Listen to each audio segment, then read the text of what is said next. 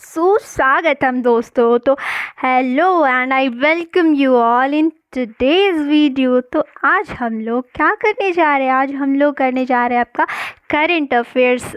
Okay, और वो भी ना जिसमें कि आपका इंटरटेनमेंट रहेगा, स्पोर्ट्स रहेगा, अवार्ड्स रहेगा, प्रोजेक्ट्स रहेगा, स्कीम्स रहेगा। ठीक है, जितने भी रिसेंटली ये हुए हैं ना वो सब का जनरल नॉलेज भी रहेगा और जनरल साइंस भी रहेगा, और साथ ही में सारे नेशनल इंटरनेशनल सारे न्यूज़ भी रहेंगे। ओके, तो बेसिकली देखिए करंट अफेयर्स के तो सारे सोर्सेज आपको मिल ही जाते हैं, मतलब कि बहुत सारे सोर्सेज यूट्यूब पे पहले से ही अवेलेबल है। बट प्रॉब्लम ये होता है ना कि हम लोग पढ़ तो लेते हैं बट याद नहीं हो पाता।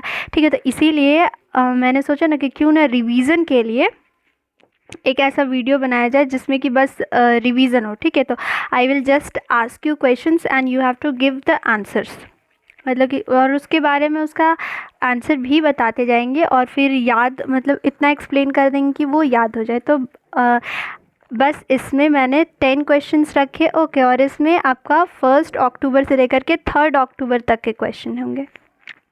ओके, जो रिसेंटली करेंट अफेयर्स है वो वाला।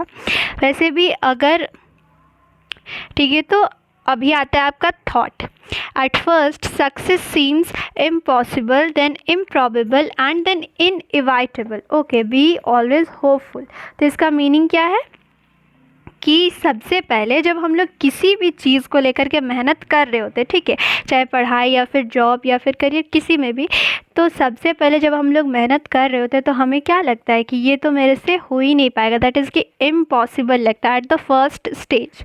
उसके बाद धीरे धीरे और जब हम फर्दर उसमें मेहनत करते जाते हैं तो it seems improbable, that is कि उसमें एक प्रॉबेबिलिटी आ जाती है कि ये होगा या फिर नहीं हो पाएगा, हम सक्सीड कर पाएंगे या फिर नहीं कर पाएंगे। ठीक है, और फिर उसके कुछ लोग तो वहीं रुक जाते हैं, बट बहुत लोग होते हैं जो कि आगे बढ़ते हैं। तो मेहनत करते करते उनका जो सक्सेस आता है वो 3rd स्टेज पे पहुंचता है, दैट इज़ कि इनएविटेबल। और इनएविटेबल मतलब होता है अनिवार्य। तो आपका सक्सेस अनिवार्य हो जाता है, दैट इज़ कि निश्चित हो जाता है, मतलब कि एग्जैक्ट हो जाता है। अब उसे कोई कितना भी कोशिश कर ले ना तो वो सक्सेस वो फेलियर में बदलने नहीं वाला है। तो इसीलिए बोलते हैं कि बी ऑलवेज होपफुल, और होपफुल हो करके मेहनत हमेशा करते रहनी चाहिए। ठीक है, तो without delay we move further.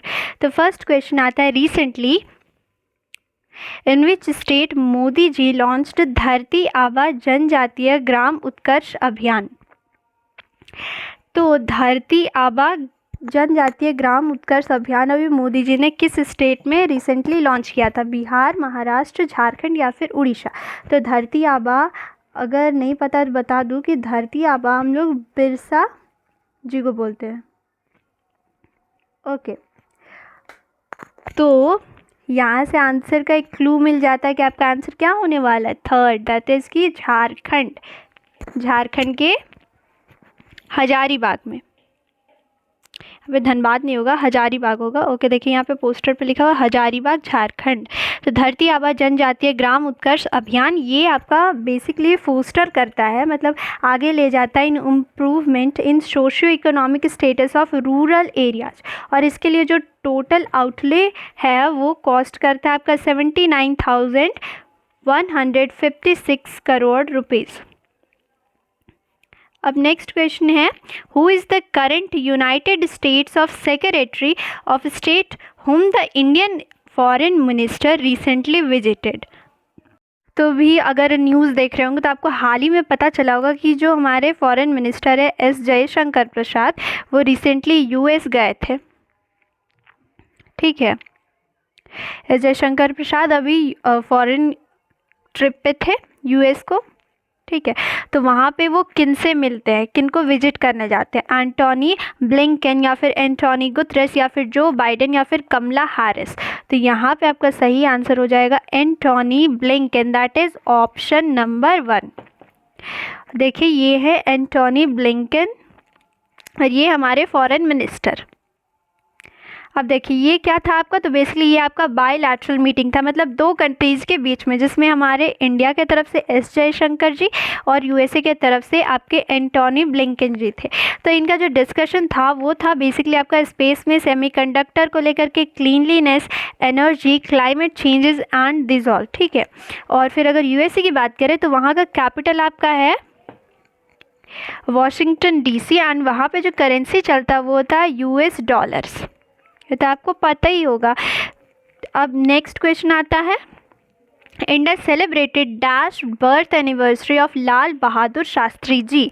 कितना, मतलब कि कितना नंबर वाला बर्थ एनिवर्सरी हम लोग शास्त्री जी का इस बार मनाए, ठीक है। जो हमने क्या बोलते 2 अक्टूबर को हमने सेलिब्रेट किया ना, तो वो उस समय उनका कितना, मतलब कि कौन से नंबर वाला बर्थ एनिवर्सरी था, ये वही पूछ रहा है, 2024 वाला। तो यहाँ पे आंसर हो जाएगा आपका 128। That is option number 1 is your correct answer, option number 1। तो ये रहे हमारे शास्त्री जी, और इनका जो बर्थ हुआ था वो हुआ था आपका 2 अक्टूबर 1904 में इन मुगल सराय। तो इन्होंने एक फेमस कोटेशन भी दिया था, दैट इज़ जय जवान जय किसान। और ये हमारे भारत के दूसरे प्रधानमंत्री थे, यानी कि जवाहरलाल नेहरू के बाद जो सेकंड प्रधानमंत्री बने थे वो हमारे शास्त्री जी ही बने थे। और इसी दिन हम लोग क्या, और फिर जो गांधी जी की अगर बात करें तो उनका भी जन्मदिन 2 अक्टूबर ही होता है ना, तो उनका जो जन्मदिन था इस बार 2024 में वो कौन से नंबर का था, वो था आपका 155 नंबर वाला, गांधी जी का 155 नंबर का था, याद रखिएगा, पूछता है कहीं कहीं। अब नेक्स्ट है, who has won the double gold at ISSF होगा यहाँ पे, ISSF that is international shooting sports federation junior world championship 10 metre air rifle. 10 metre air rifle की कैटेगरी में किसने डबल गोल्ड जीता है? पार्थ राकेश मनी, गौतम भनोट, अजय मलिक, अजय शॉ। यहाँ पे आपका आंसर हो जाएगा पार्थ राकेश मानी, दैट इज़ ऑप्शन नंबर 1।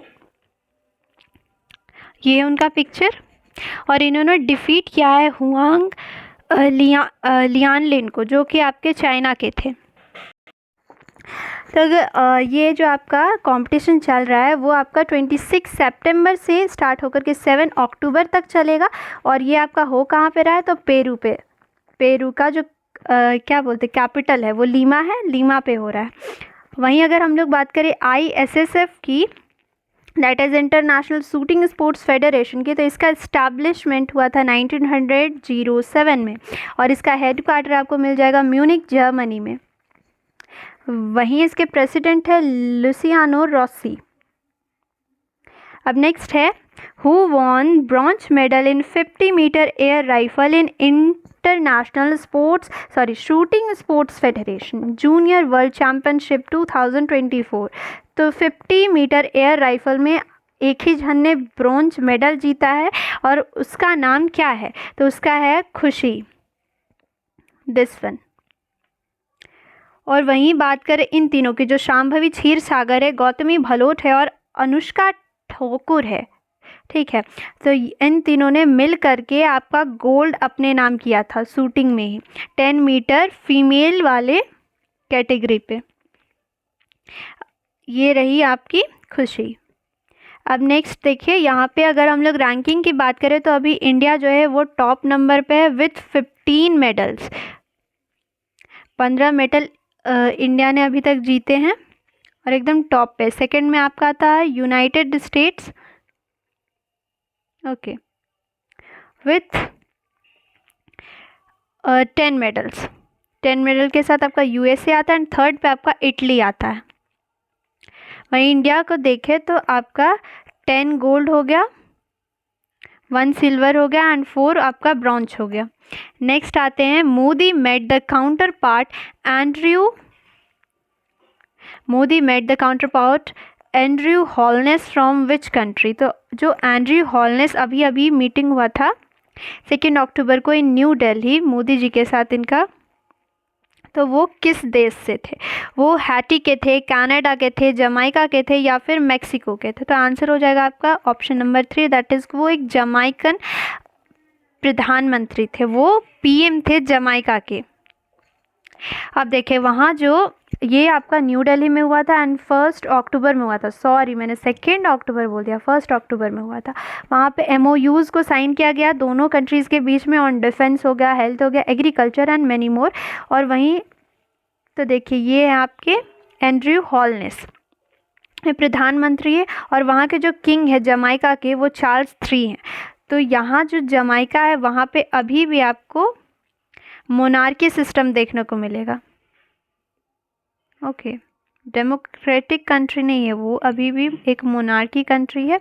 और यहीं अगर कहीं कहीं पूछा जाता है कि जो जमाइका का ओल्ड नेम था वो क्या था, जमाइका तो उसका न्यू नेम हो गया, जमाइका का ओल्ड नेम आपका था सैंटियागो, सैंटियागो। ओके, तो जमाइका की बात करें तो उसका जो कैपिटल होता है वो आपका था किंगस्टन, एंड वहाँ जो करेंसी चलती है वो है जमाइकन डॉलर, वहाँ पे भी आपका जमाइकन डॉलर ही चलता है। अब नेक्स्ट देखते हैं, the governmental new draft स्टेटिंग passive euthanasia is for the patients brain dead comma patient only या फिर terminal and patients all of these. तो जो गवर्नमेंट ने न्यू ड्राफ्ट अभी निकाला है, ठीक है, उसमें जो पैसिव यूथेनेसिया है वो किस पेशेंट के लिए था? आप अभी समझ ही गए होंगे कि पैसिव जो यूथेनेसिया है वो किसी टाइप का क्या है, मेडिकल केयर या फिर मेडिकल से रिलेटेड चीज़ है, तो वो किस पेशेंट के लिए अवेल किया जाएगा? तो यहाँ पे आंसर हो जाएगा टर्मिनली एंड पेशेंट्स। अब इसका मतलब समझते हैं कि पैसिव यूथेनेसिया मतलब होता क्या है। तो अगर यूथेनेसिया की बात करें तो यूथेनेसिया मतलब होता है लाइफ लिमिटिंग इलनेस, मतलब कि ऐसा इलनेस या फिर ऐसा कोई बीमारी जो कि आपको मरते दम तक आपका पीछा नहीं छोड़ेगा, और फिर उसी के वजह से आप मतलब ना तो अच्छे से जी पा रहे हो ना तो आप मर पा रहे हो, ठीक है। मतलब कि जैसे कि हो गया कोमा वाले पेशेंट्स जो होते हैं, जिसका अगर टेम्पररी हो गया तो वो कुछ समय बाद आपका वो रिकवर कर सकता है, ठीक है। और वहीं कुछ समय बाद जो होते हैं, मतलब बहुत सारे पेशेंट्स होते हैं जिनका परमानेंट कोमा में रहता है, उसका कोई भी मतलब चांसेस बहुत कम रहते हैं रिकवर होने के। तो ऐसे पेशेंट्स को बोलते हैं पैसिव पेशेंट्स, और ऐसे पेशेंट्स को बोलेंगे एक्टिव पेशेंट्स, मतलब जिसका कुछ पॉइंट ऑफ चांसेस है कि वो रिकवर कर पाएंगे, तो इनको बोलेंगे कि हाँ हम इनका केयर करेंगे हॉस्पिटल में रख के, मतलब कि जितना भी सलाइन हो गया या फिर दवा देंगे हम इनको देंगे। वही जो पैसिव पेशेंट्स हो गए, इनको बहुत लोग बोल रहे हैं कि ये लोग टर्मिनली एंड पेशेंट्स है, दैट इज़ कि ये मतलब कि इनको ज़िंदा रख के भी कोई फ़ायदा नहीं है, क्योंकि इसको हर दिन पेन ही सफ़र करना पड़ रहा है। तो इससे अच्छा होगा कि ये मतलब कि आज ही मर जाए, जो मतलब कि आगे ज़िंदा होकर के भी क्या करेगा जब ये ज़िंदा बच ही नहीं सकता, और इसका जीना ही इसको ज़्यादा सफ़र करवा रहा है पेन से। जैसे कि बहुत सारे केसेस होते हैं ना जिसमें कि एडवांस्ड कैंसर हो जाता है जो कभी भी आपका पीछा नहीं छोड़ेगा, या फिर इनक्योरेबल हार्ट डिजीज़ हो जाता है जो कि किसी भी वक्त पे उसका मौत हो सकता है। और डिमेंशिया मतलब कि भूलने का बीमारी, पार्किंसंस डिजीज़ ये, और फिर लंग इन्फेक्शंस हो गया परमानेंट, या फिर motor neuron disease. Motor neuron वो न्यूरॉन होता है जो कि आपका बेसिक जो होता है ना स्पाइनल कॉर्ड में, वही आपका सारा न्यूरल सिस्टम को कंट्रोल करता है, और अगर यही आपका ख़राब हो जाएगा तो आपका कोई भी कंट्रोल या फिर कोऑर्डिनेशन बॉडी में काम नहीं करेगा। तो इसके वजह से आप चल नहीं पाओगे, बोल नहीं पाओगे, खा नहीं पाओगे, सो नहीं पाओगे, मतलब कि बहुत सारे प्रॉब्लम्स होते हैं। तो इससे मतलब कि हर दिन का प्रॉब्लम झेलने से अच्छा है कि बहुत लोग को ऐसा लगता है कि वो आज ही मर जाए। तो इसमें अगर बात करें तो बहुत मतलब कि जो पेशेंट्स होते हैं ना वो खुद ही बोलते हैं डॉक्टर से कि हम मरना चाहते हैं या फिर हमको ये ग्रांट दीजिए कि हम मर जाए। तो उसका 2 मेथड्स होता है, चाहे तो वो डॉक्टर्स आपका ये मतलब मेडिसिन को सप्लाई कट कर देगा, या फिर आपको कोई सिरिंज दे करके आपको मार देगा। उसको कहते हैं मतलब परमिशन ग्रांटेड वाला, जो कि आपका लीगल प्रोसेस होता है, इसको कहते हैं passive death, sorry passive euthanasia. और वहीं जो एक्टिव यूथेनेसिया होता है वो आपका इल्लीगल होता है, क्योंकि उसमें एक्टिव यूथेनेसिया मतलब होता है कि आप जानबूझ के पेशेंट को मार रहे हो कि कहीं वो जिंदा ना हो जाए, उसका जिंदा होने का चांसेस है लेकिन तब भी आप उसको मार रहे हो दवा देके, या फिर दवा का सप्लाई मतलब पॉइजन दे करके, या फिर कोई दवा का सप्लाई उसका रोक करके। तो अगर यूथेनेसिया का हिस्ट्री देखें तो यूथेनेसिया आपका was legalised in India on 9 मार्च 2018, जब एक केस आया था यूथेनेसिया का related to Aruna Shanbog. Aruna Shanbog was a nurse at King Edward Memorial Hospital in Mumbai. Aruna's friend Pinky Virani filed a petition in the Supreme Court arguing that the patient's continued existence was a violation of her right to live in dignity. मतलब कि जो इसकी दोस्त थी अरुणा शानबॉग, वो किसी मतलब हाँ निमोनिया से सफ़र कर रही थी, तो उसका जो दिन ब दिन का जितना भी सफरिंग था वो उसकी दोस्त पिंकी विरानी से देखा नहीं जा रहा था। एंड वो बोली सुप्रीम कोर्ट में जाकर के कंप्लेन की कि उसका रहना वो मतलब डिग्निटी के खिलाफ है, वो सहन नहीं कर पा रही है, तो उसके लिए उसको मरने का ये परमिशन ग्रांट किया जाए। तो the supreme court at that time discarded the plea and issued broad guidelines legalising passive euthanasia in India. तो उसी टाइम पे पैसिव यूथेनेसिया का कॉन्सेप्ट इंडिया में आया। Active euthanasia is illegal in India and many other countries. Passive euthanasia is done by stopping treatment and withdrawing food that let the patient die by itself, मतलब खुद से वो मर जाता है। Aruna Shanbaug died from pneumonia after being in a coma for 42 years. तब next देखते हैं, who has launched the PMAY urban scheme 2.0। तो किसने अभी हाल ही में प्रधानमंत्री आवास योजना अर्बन स्कीम को लॉन्च किया है, जो कि आपका वर्जन है 2.0। तो यहाँ पे आंसर हो जाएगा मनोहर लाल खट्टर, जो कि आपका क्या है अभी minister of housing and urban affairs of India है मनोहर लाल खट्टर। ये है मनोहर लाल खट्टर जी। और इसका जो फर्स्ट स्कीम था, ये भी पूछा जाएगा कि जो फर्स्ट स्कीम था वो कब आया था। तो इसका फर्स्ट स्कीम आपका आया था 25 जून 2015 में, और अभी आपका सेकेंड वाला आया 1 अक्टूबर 2024 में।